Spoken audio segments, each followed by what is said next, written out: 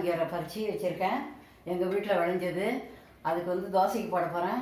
அதுக்கு தேவையானது இதால் 2 சேரு அரிசி போட்டிருக்கேன், 1 டேபிள் ஸ்பூன் உளுந்தும் 1 டீஸ்பூன் வெந்தயமும் ஊற வச்சு வச்சுருக்கேன். இப்போ வந்து மாவு அரைக்க போகிறேன். வாங்க பார்க்கலாம்.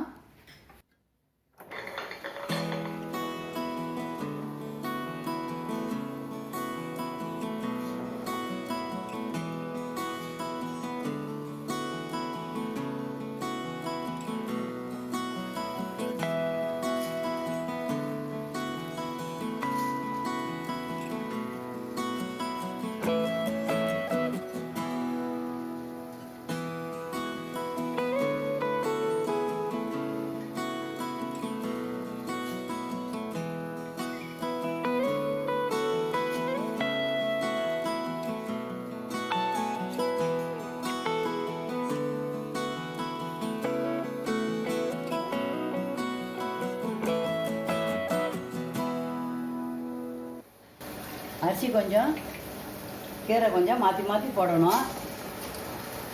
கீரை கொஞ்சம் ஸ்டக் ஆகும். அப்போ கீரையை எடுத்து விடணும். அப்போ தான் சரியாக மையம். மாற்றி மாற்றி போடணும்.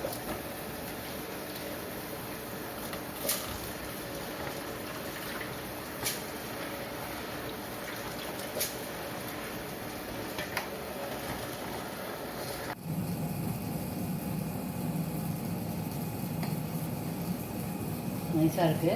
மஞ்சள் எடுத்து வச்சுட்டு காட்டுறேன்.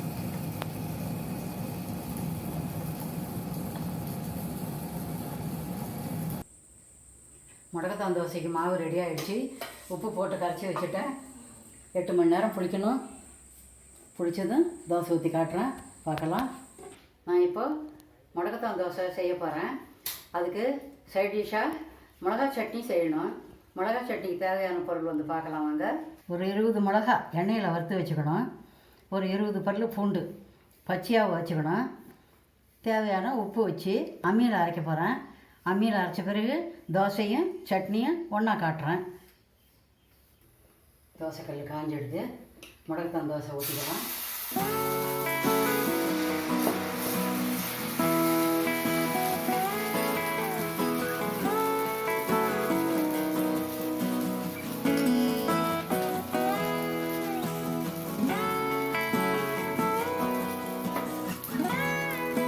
இது போர்க்கு வெள்ளை துணியை சுற்றி நூல் போட்டு கட்டியிருக்கேன். இது கை சூடாமல் இது எண்ணெய் போடுறதுக்கும் வசதியாக இருக்கும், எண்ணெய் தடவுறதுக்கும் வசதியாக இருக்கும். நீங்களும் இது போல் செய்து பாருங்கள்.